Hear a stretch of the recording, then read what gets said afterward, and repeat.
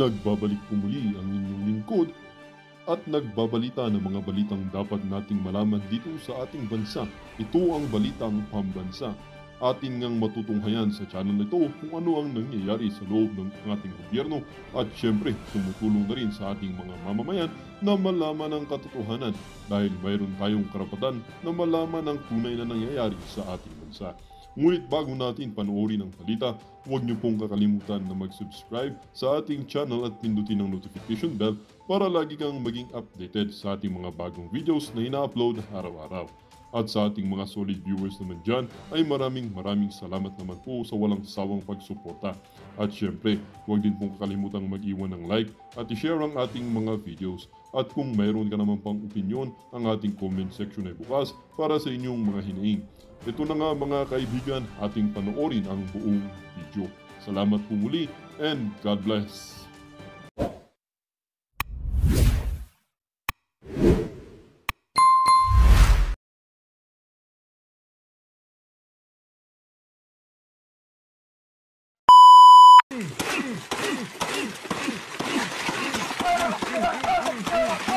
Tama na sir, tama na. Kawawa na ang saging sa'yo. Talagang kung sino man niya ang binuhusan mo ng galit na yan, matindi ho talaga ang galit ng ating mga kababayan. Diyan sa nangyari na yan kay dating Pangulong Rodrigo Duterte. Di ho tayo nakakaintindi ng Bisaya. Di ho natin naintindihan ang sinabi niya. Pero ang nakita natin, galit na galit ho siya sa saging. Kung sino yung nasa larawan ng saging na yan, hindi ho natin alam. Baka girlfriend niya yan. Nakasalamin, tapos blondie. Naka-jackpot ng Amerikano itong si Sir Tignan niyo naman yan, di ba?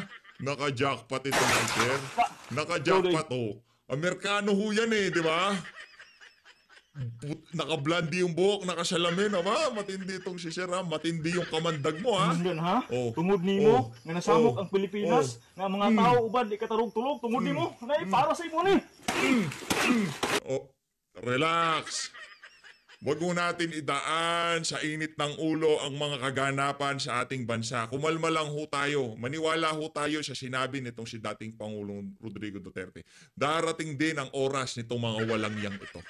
Eto ho, lipat ho tayo dito kay Mayor Benjamin Magalong. Pakinggan ho natin yung kanyang mga punto de vista kung meron ba siyang pagsisisi sa pagsuporta niya dito kay dating Pangulong Rodrigo Duterte. Sarap lang hong balikan itong mga video na to kasi yung tipong talagang ramdam ng mga local government official, yung mga matitino, yung mga nasa tamang katinoan pa mapahanggang sa ngayon, alam nila yung ginawa nitong si dating Pangulong Rodrigo Duterte para sa kapakanan na nakakarami. Pakinggan natin ito mga kababayan. Pag-aalinlangan or meron bang regrets na sinuportahan niyo siya? Never. I don't regret supporting him. I had the chance to work with him closely when I was head of CIDG. Ilang operations kami sa Davao noon. And he was very supportive. He was very genuine. When I became mayor, very genuine din yung the way he deals with me. Wala akong nakitang pretension sa kanya. Yung pagsuporta niyo po kay Pangulong Duterte, meron bang pag-aalinlangan? Yan ho mga kababayan, yan ho ang kung ikaw local government official at nakatrabaho mo itong si dating Pangulong Rodrigo Duterte. Kasi noong panahon niya, nagkakaroon ng pagtitipon ng mga mayor, mga local government official at kinakausap nitong si dating Pangulong Rodrigo Duterte. Kumbaga ilinalatag ni Tatay Digong kung ano ba yung mga proyekto ng national government, talagang binababa niya ho hanggang sa municipal level, kinakausap niya kasi mayor siya kumbaga malapit sa kanya yung pagiging mayor, kaya alam niya yung mga challenges ng mga local government official na to. At itong si Mayor Benjamin Magalong nakita ho niya yung pagiging genuine at walang pagpapanggap dito kay dating Pangulong Rodrigo Duterte noong siya pa ho ang Pangulo at nung nakatrabaho niya sa Davao itong si Tatay Digong. At dahil dyan, palakpakan ho natin itong si Mayor Benjamin Magalong. Hanggang sa ngayon, sinusubukan pa rin ho nating tanggapin o sinusubukan pa rin nating yung nangyari sa mga vlogger dyan sa House of Representatives. Ito ho mga kababayan, pakinggan ho natin to. Pakinggan ho natin itong tagpo na kung saan noong aarestuhin na itong si dating Pangulong Rodrigo Duterte. Ngayon pa lang ho naglalabasan itong mga ano na to, itong mga video na to na kung saan ikakagulantang ng ating mga kababayan. Di ho kayo maniniwala dito sa mapapanood nyo na to. Ito ho mga kababayan. Without any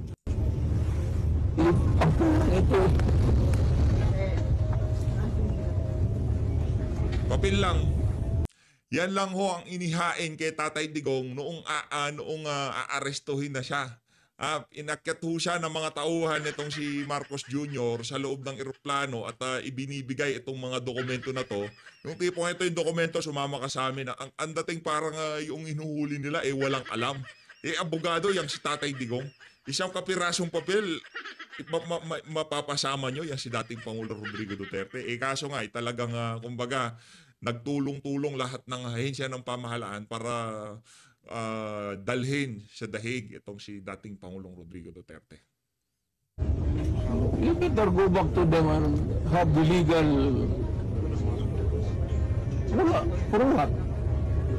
I am a citizen of this country, a former president, and you show me a piece of paper and you're asking me to go with you? Abogado ka? Ay, tawagan yung abogado mo. Si Alex. Ano lang para lang sa mga gumagawa ng reaction video panoorin nyo ng maigi yung doon sa dulo ng hearing ng House of Representatives, yung TRICOM. Hinay-hinay ho kayo. Hinay-hinay ho kayo. Panoorin nyo ho muna ng maigi yung sa dulo, intindihin nyo yung mga sinasabi ng mga walang yan. Kasi wala na hong ano sa kanila. Pagka medyo sumablay kayo, may kalalagyan kayo dyan sa mga yan. Kaya naman ho nating magsalita, magpahayag, na kung saan maipapakita kung ano yung problema dito sa kasalukuyang administrasyon na hindi masasaktan itong mga walang yan to. Grabe, kawawa to. Yung mga mga vlogger, sobrang kawawa ho talaga. Kasi kanina wala pang warrant. Sir, he used to be, sir, also Mr. Commander, 16 years. PC that I'm sorry to be talking loudly, but this is a serious matter. they just transmitted to me, sir, a copy of the... Kanina, sir, nire-request ko na pagbigyan lang kayo na makauwi sa bahay, makakuha ng mga gamit. Kasi wala pang warrant of arrest until we get the copy of the warrant of arrest. Kasi yung Wala pa hong copy ng warrant of arrest, gusto na ho siyang kunin. Gusto na hong kuhanin itong si dating Pangulong Rodrigo Duterte. Itong nagsasalita na to, medyo siya kumbaga, pauwi nyo muna, wala pa namang warrant Bigay nyo muna yung bigay nyo muna ng damit. Padala nyo naman na kahit isang isang Amerikano, tsaka sapatos, di ba? requirement. Ito yung mga video na hindi kagad lumabas. Ngayon pa lang ho natin nakikita itong mga detalye na to. Na talagang nasa loob pa lang ho pala talaga ng eroplano, tinatangka na kuhanin na talaga itong si Tatay Digong. Yung tipong di pa siya nakakalabas. Wala nang cheche-bureche, basta rekta na pagka pasok tong mga mga kampon nitong si... That is the only They're saying, now, sir, with you. Ayun na nga mga kababayan, dito ho sa bahagi ng video na to. Rekta na ho tayo dito sa ito ho ang viral ngayon sa mundo ng social media at pinag-uusapan ho ito ngayon ng ating mga kababayan. Alamin ho natin kung ano ang ang opisyal na pahayag ng Iglesia ni Cristo kaugnay diyan sa mga kaganapan ngayon sa ating bansa. Kasi nakakabahala na ho talaga yung pagkakawatak-watak, yung ginawa ng administrasyon na to dito kay dating Pangulong Rodrigo Duterte. Maliwanag pa ho sa sikat ng araw na meron ho talagang nalabag sa mga karapatan nitong si dating Pangulo, dyan sa pagpapadala sa kanya na yan sa Netherlands, at napakarami pa ho no, na kailangang malaman ng ating mga kababayan. Ngayon, para sa mga kababayan nating INC, pakinggan ho natin ito. Ay, hindi ho tayo kasapi personally, hindi ho tayo kasapi ng Iglesia ni Cristo. Pero dahil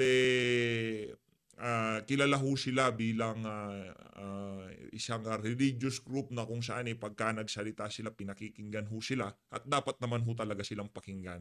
Dahil sa mga naging tayo ho nila pagdating sa politika, sa mga nakalipas na panahon, lagi ho silang nagsaside doon sa kung ano ang makakaganda sa ating bansa, kung ano ang makakabuti para sa sambayan ng Pilipino. Hindi pa ho natin nakitang nag-side itong Iglesia ni Cristo. Personally na kung saan maitutulak yung kanilang mga political interest o kung ano pa man yan, o kung political interest ng mga individual. Di ho natin nakitang nag-side sa ganon na galaw itong Iglesia ni Cristo. Kaya kailangan ho natin pakinggan to. Kasi kung ito ang tayo ng Iglesia ni Cristo, ibig sabihin, malamang sa malamang, yan ho ang nakikita nilang makakabuti sa sambayan ng Pilipino. Pakinggan ho natin to. 2025, ang Ito. Okay? Magandang hapon po, Kuya Jen at Kuya Nelson. Magandang hapon po sa inyo. Masarap po ba yung kape namin sa Ay, napakasarap po. Salamat po ng marami. Mukhang naparami po yung kape na inihain namin sa sarap. Medyo nanginginig na ka po. Una po, kamusta mo na kaya, Ka Edwin? Mabuti po, awa ng Diyos po. Ayan, opo. Kasi Ka Edwin, lipat tayo dito. Simulan ko na po agad, Ka Edwin, ano po, dito po sa mga maiinit na isot. Marami po kasi ang mga nagtatanong sa amin mula ito nakalipas ng mga araw at kung saan-saan pa. Una po, ay marami po nagtatanong kasi kung ano raw po ba ang masasabi ng Iglesia ni Cristo sa kasalukuyang sitwasyon po ng ating bansa, Ka Edwin. Kuya Jen, sa iyo nang galing ang tanong. Pasensya ka na, hihingi na ako ng dispensa, Kuya Nelson. Kuya Jen, sa inyo nang galing ang tanong, pero i-address ko sa audience natin. Ay, sige po, tama po. Sila po kasi nagtatanong talaga. Opo, kaya sa kanila dapat makarating. Nang mag-rally po ang Iglesia noong January 13, 2025, ang ipinanawagan po namin sa mga namiminuno sa ating bansa, at malamang ay naaalala nyo po ito, kapayapaan, pagkakaisa, at unahing asikasuhin ang problema ng ating bansa at mamamayan nito kaysa yung mga hakbanging magbubunga lamang ng awayan at hidwaan. Dahil alam naman ng marami po na ang mga ito pawang pamumulitika lamang. Ang nakakalungkot po ay yung panawagang yun ng Iglesia ni Cristo tila hindi pinakinggan ng mga kinauukulan. Kaya nga po, Kuya Jen, nangyari yung mga nangyayari ngayon. Ayun, mahirap tayo yung hindi nakikinig, no? Dapat po, maging specific tayo, di ba? Dahil baka hulaan nila kung ang dami kasi nangyayari ngayon. Ano po yung tinutukoy nyo dito na mga pangyayari ngayon? Yun. Again, Kuya Nelson, ano po? Sa inyo nang galing ang tanong, ibabato ko ang sagot sa audience. No? Hindi naman po natin may tatatwa ng sino man. Matindi ang pagkakabahabahagi ngayon ng mga nasa gobyerno hanggang sa ating mga mamamayan. Hindi lamang tayong mga Pilipino ang nakakaalam na hindi tayo nagkakaisa. Ang nakakalungkot, maging ang mga taga-ibang bansang nagmamasid sa kaganapan po rito ngayon sa Pilipinas, alam na alam nila, hindi nagkakaisa. Magulo. Correct. Malamang po, maging ang mga kapatid natin sa ibang bansa, ganyan din po sentimiento. Ka Edwin, ano po? Sila po na nakakakita sa atin. May kanya-kanya silang opinion po. Ako, mabuti po, nabanggit niyo po yan, Ka Edwin, ano ha? Ngayon po, ano po ba ang posisyon ng Iglesia ni Cristo sa usapin tungkol po sa dating Pangulong Rodrigo Duterte? Ayan po, we come to the crux of the matter. Yes po, opo. Para po sa mga kababayan po natin, ang posisyon po ng Iglesia ni Cristo ay ito. Kung ano ang tama at kung ano ang nasa mga batas natin, yun sana ang dapat pairalin. Huwag po itong pilipitin para umayon sa nais ng sinuman. Hindi po sumasang-ayon ng Iglesia sa anumang hakbangin na hindi naaayon sa mga batas ng ating bansa. Sapagkat ang batas po ang salalayang nagpapanatili ng kaayusan sa ating bansa. Kapag ang batas ay binaliwala, ay nagbubunga ito ng kaguluhan, hidwaan at kawalang hustisya. Alam niyo po iyan. Sino mang Pilipino o mamamayan ng ating bansa na may ginawang paglabag sa ating mga batas, dito dapat litisin sa ating bansa. Bakit po? Sapagkat gumagana naman ang sistema ng ating hustisya. Hindi po natin sinasabing wag litisin ang dating Pangulo sa mga iniaakusa laban sa kanya. Ang saganang amin po, nagtitiwala ang Iglesia ni Cristo sa integridad at kakayahan ng hudikatura para pagpasyahan ng ganitong bagay at usapin. Ang mga hukom natin ay may kakayahan po na gampanan ang kanilang tungkulin, na ipataw ang tamang hustisya at pairali ng katarungan sa lahat ng sandali. Kaya, hindi natin dapat isuko ang soberenya ng ating bansa sa iba. Yan po ang posisyon natin. Ayun. Palakpakan ho natin ang pamunuan ng Iglesia ni Cristo. See? Di natin dapat pilipitin ang batas para may ayon sa political interest na kung sino mang namumuno dito sa bansa na to.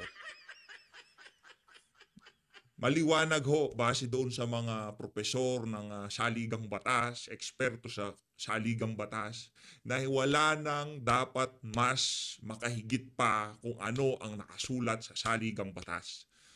Pero base ho doon sa nangyaring hearing sa Senado, dito ayaw ho nating kung ano-ano na yung mga sabihin kasi marami hong mga balat sibuyas ngayon, baka may masaktan. Base ho doon sa nangyari na yon, yung warrant of arrest na galing sa ICC, yung kung tawagin nila at yung hindi naman red notice yung galing sa Interpol, mas nangibabaw yon kesa sa ating saligang batas. Mali daw ho yung mga ganong galaw, ika nga. Kasi kung wala na nga naman na re-respeto sa saligang batas, hindi na rin natin susundin ang saligang batas. Kung susundin na lang natin ang saligang batas pagka convenient para dito sa mga nakaupo na sa kapangyarihan, talagang magkakagulo ang Pilipinas. At yan na ho ang nangyayari ngayon. Kaya yung obserbasyon at ang tayo na to ng Iglesia ni Cristo, marahil marami sa ating mga kababayan, kahit hindi ho sila kasapi sa Iglesia ni Cristo, talaga namang kaisa ang ating mga kababayan dito sa tayo na to ng mga kababayan nating Iglesia ni Cristo. Palakpakan ho natin ng isang beses pa. Hindi ho ito dahil kay dating Pangulong Rodrigo Duterte, dahil yun ho ang tama. Halimbawa, si Marcos Jr., pinadala ho siya sa ICC. Ipagpalagay na natin na siya ang pinadala. Ang tanong, masaya ho ba tayo dito sa PH Update? Hindi ho.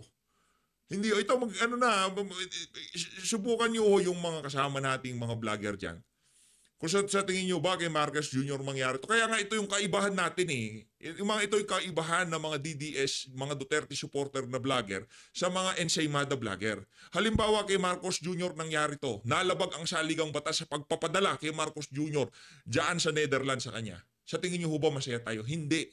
Kasi nagmukha hong tanga ang lahi na pinagmamalaki natin sa buong mundo. Ang lahing Pilipino.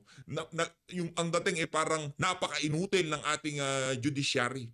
Napaka-inutil ng ating justice system. Napaka-inutil ng ating mga korte, ng ating mga abogado. Ganun nakahihina ang utak ng ating mga abogado sa Pilipinas. Hindi ho nila malitis itong si dating Pangulong Rodrigo Duterte. Pagka pa naman nagsasalita tayo, Philippines #1. Magaling, mahusay, ika nga world class. Di ba ganun ho natin na... Di ba? Kaya mahal ng mga ibang lahi ang mga Pilipino kasi napakahusay nila sa kahit na anong larangan. Doon sa larangan na kung saan kailangan nating ipakita sa buong mundo kung gaano tayo kagaling, doon pa ho tayo sumablay. Di ba? Yun lang naman ho ang atin dito. Kung kay Marcos Jr., hindi ho tayo masaya. Real talk, di ho tayo matutuwa kahit kalaban siya sa politika o kung ano pa man yan. Kasi hindi lang naman ho siya ang masasaktan dyan sa galaw na yan. Halimbawa si Marcos Jr. ang nasa dahig. Hindi lang ho siya nasaktan. Ang nasaktan dito ang buong lahing Pilipino.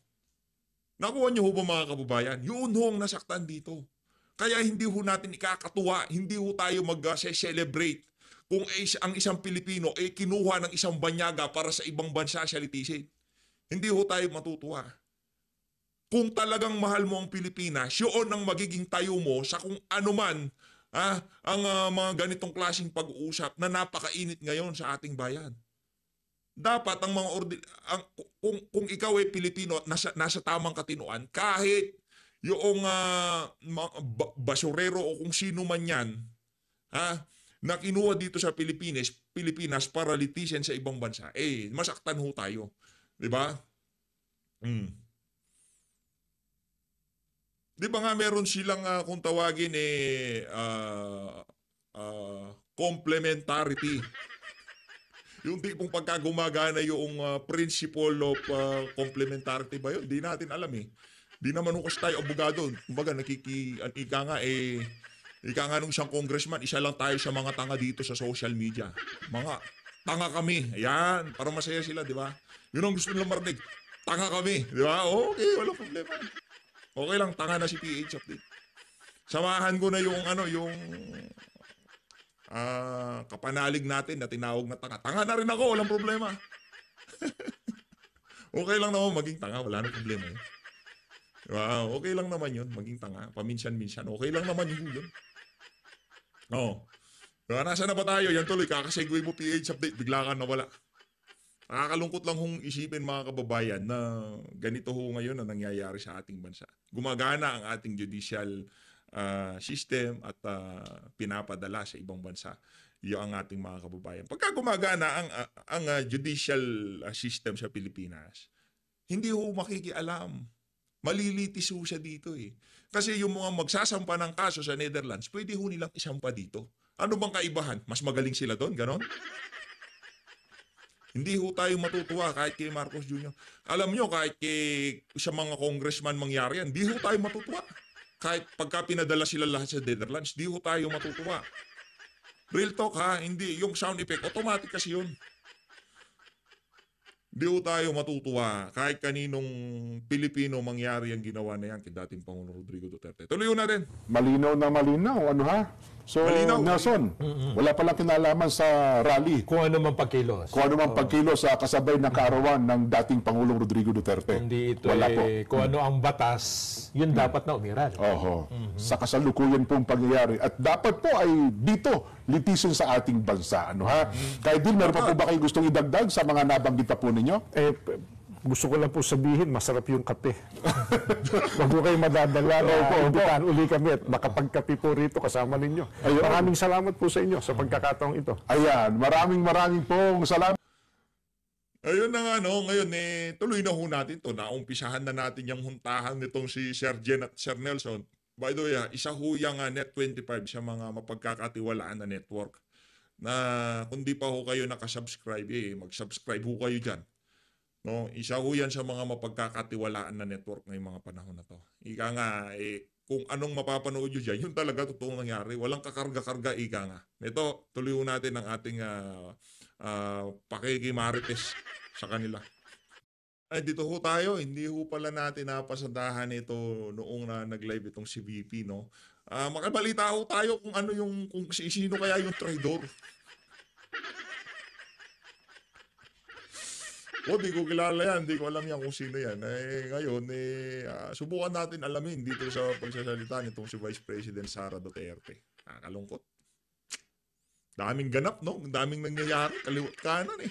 Pinipilit tabunan yung kay Tatay Digong.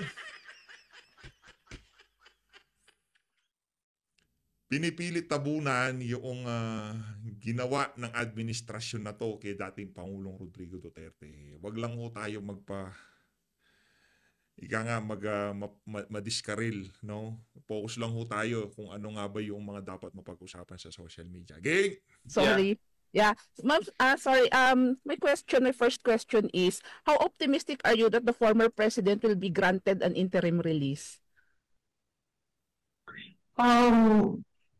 I do not know, ma'am. I've not read any documents about his interim release. I've not heard the statements of prosecutors with regard to interim release, lalo na sa ating mga judges. So, hindi ko alam kung how it will sway, kung meron man siyang request or application for interim release. Hindi ko masagot ang chances niyan. At ang optimism level ko sa ngayon ay 0, but only because hindi ko naririnig kung ano ang sasabihin ng prosecutors at ng judges. Ma'am, another question. Sorry if I have to ask this, because some of the families, relatives of those alleged victims of the war on drugs claim that their lives would be threatened or at risk if the former president will be allowed to return to the Philippines, because they're afraid that the former president or may do something bad against them. So is there any basis for their fear? None at all, ma'am. Matagal naman namin alam na merong investigation na ginagawa sa loob ng Pilipinas dahil nakukuha namin yung information sa mga abogado mismo na gumagawa nun at sa ibang mga government personnel. No? Hindi ko na lang sasabihin kung ano yung mga opisina na yon. Kaya nga nagkaroon ako ng meeting, Zoom meeting with the Secretary of Justice noong 2023.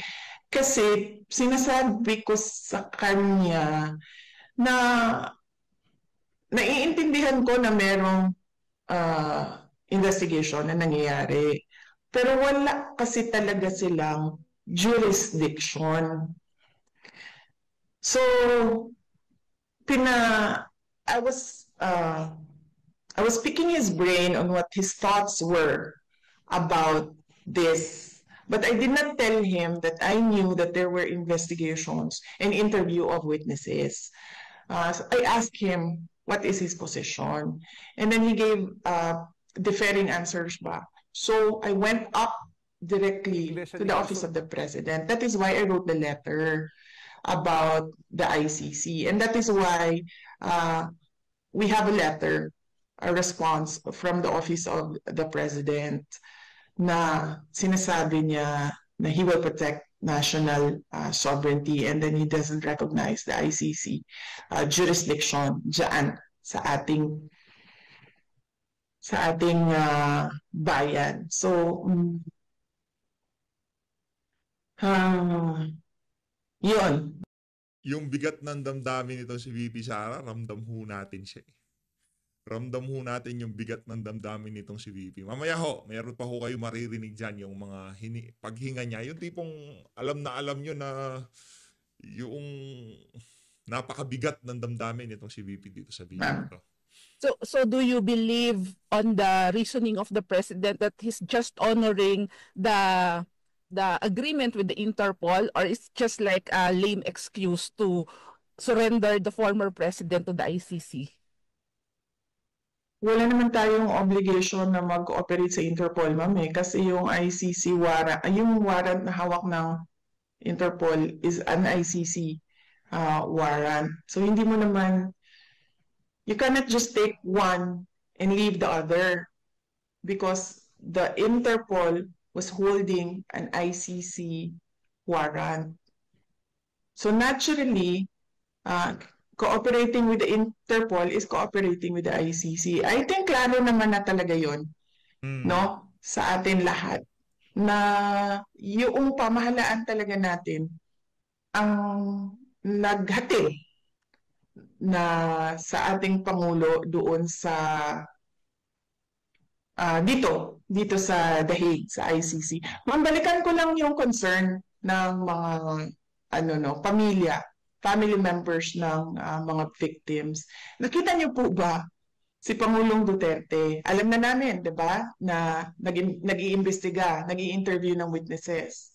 Alam namin kung sino, alam namin kung saan, pero wala siyang ginawa. Talaga, pinabayaan niya because he was of the belief that as a Filipino citizen, the government will not cooperate once there is a formal investigation that will happen inside the Philippines or once there is a warrant of arrest. So wala talaga siyang ginawa sa mga witnesses, sa mga family members. Pangalawa, nakita niyo, kailangan siya itulak ng mga pulis para gumalaw. At kailangan siya itulak akyat ng eroplano. So, wala na siya physically magagawa sa mga family members at sa mga witnesses. Pwede ba siya mag-utos ng mga tao na, oh, on my behalf, gawin ito, gawin niyo yan? Pwede siguro, pero hindi niya ginawa noon. Ngayon pa ba niya gagawin? Diba? Na nandyan na siya. And meron ng protection yung mga family. Naniniwala ho tayo na itong mga membro ng pamilya na to, yung mga pamilya, mga di umanong biktima ng EGK, kung meron man, tayo naniniwala tayo, walang ganun. Walang ganun, yung state-sponsored na gurguran. Walang ganun. Di tayo naniniwala na meron ganun. Kung meron man nangyaring ganun, hindi yun state-sponsored. Pera ho ang nangungusap dyan sa mga magulang, kamag-anak, di ba? Pera ho yan. Kaya ho nilang ibenta ang kaluluwa nila para sa pera. Kaya ho nilang makita na nagdurusa ang isang Pilipino doon sa alam naman nila yung mga kamag-anak nila kaya nagurgur dahil mga tulak o gumagamit, di ba? Alam mo, kamag-anak mo yan eh. Kumbaga, ayarin lamang para talagang magatasan mo na ng todo-todo. Yan na baka mayari na. Family members. Meron na silang protection ng ICC at meron silang protection ng Philippine government. Their fears are unfounded and hindi ganyan ang tatay ko. Kung ano man yung kailangan niya sasagutin niya yan. Pero hindi siya magtatamper ng evidence. Kasi unang-una, wala naman talagang ebidensya. Hindi ko alam paano umabot ito sa isang kaso. At hindi siya makikialam sa witnesses dahil isa siyang prosecutor noon. At alam niya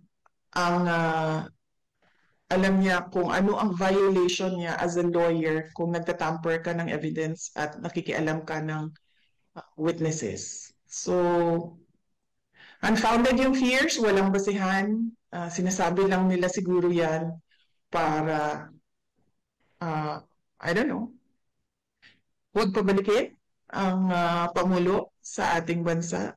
Bakit ayaw nila pabalikin? Well, meron silang mga, they are in collusion with individuals, both in the government and outside of, from the private sector. They are in collusion with organizations who are against the former president because of his policies. Noong siya ay Pangulo. They are in collusion with people who want to stay in power, with people who want to totally erase political opposition, who want to question the acts of government. So, sa tingin ko yan eh. Okay, last question, ma'am. So as part of the defense of the former president, is there any plan to bring into The Hague some witnesses for the former president? I am not part of his legal team. Nandito lang ako kasi kailangan nila ng kausap sa labas. So kinakausap nila si Pangulong Duterte sa loob. At kinakausap nila ako sa labas so that there is someone who will sign off on what was agreed upon with the client, no? So hindi ako part ng legal team. As I said, I am a Filipino citizen here helping the former president go back home. And I am here as a daughter as well, moral support doon sa kanya. Thank you, ma'am. Okay, last 3 questions po tayo, ma'am. Next question, Miss Joyce Oo, Adra. kasi Jay, it's 8:05. Yeah. No, may 9 a.m. meeting Alright. ako. Sabi mo isang oras lang ito. Miss Joyce Adra, RNN News, then followed by Glenn Huego, Super Radio.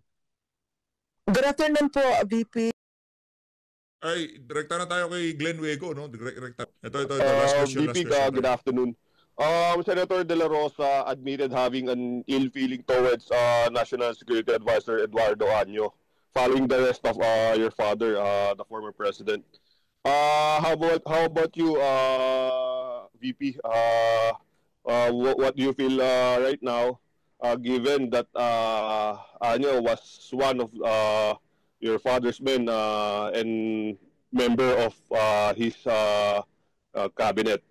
And lastly, Vice, meron din po kasing lumulutang na I don't know how would I say this, report or rumor na there was a traitor in the Duterte camp that also led to the arrest of your father, VP.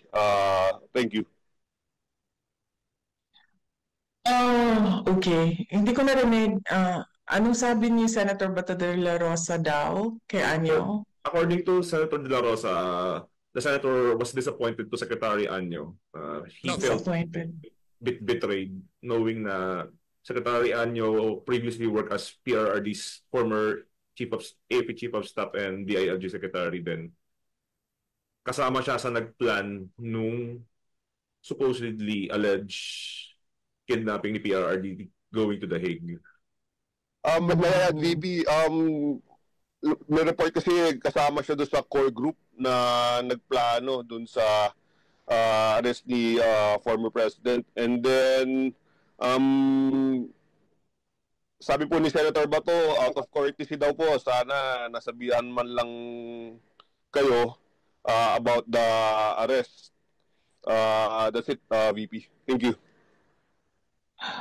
Okay. Alam mo, tinanong na rin ako kanina, di ba, how am I? Sabi ko, kanina wala akong nararamdaman. Sa totoo lang, wala talaga akong nararamdaman. Hindi ako galit, hindi ako disappointed. Nothing at all. Kasi pointless naman na mag-harbor ako ng feelings about what happened. Hindi na siya maibabalik. Hindi na mababalik si Pangulong Duterte sa Pilipinas.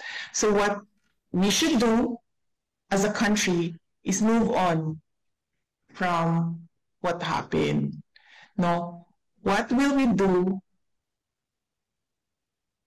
as our ways forward as a country and as a people from what happened? Magalit man tayo, walang papupuntahan yung galit natin. Dahil hindi naman yan sila papanagutin ng pamahalaan eh. Nakikita nyo yung mga sagot nila, wala na sa ayos, wala na sa rason, wala na sa common sense, wala na sa batas. Pero walang magagawa laban sa kanila. So we should move forward from what happened, and the country should decide, the people should decide saan ba tayo papunta. Base sa nangyari. Kung meron bang traitor doon sa loob ng grupo na nag-usap sa Hong Kong, nandun ako sa kwarto sa mga nag-meeting with former President Duterte. Hindi ko matawag siguro na traitor, pero sigurado ako sa dami ng tao doon sa loob ng kwarto na yon ay meron talagang nagsasabi kung ano ang pinag-uusapan doon sa loob. Kung kanino nila sinasabi, hindi ko alam. Pero kung sino ba ang nagsabi na may traitor? So malamang kung yung nagsabi na may traitor doon sa loob, malamang siya yung kausap noong tao na nandoon sa loob sa kwarto sa Hong Kong. Klaruhin ko lang na nag-divide ng trabaho doon sa loob ng meeting na yon. Ako ang nag-moderate sa meeting. Tinanong ko si President Duterte kung ano ang desisyon mo at ano ang gusto mong gawin. Ang sinabi niya, gusto ko umuwi sa Pilipinas.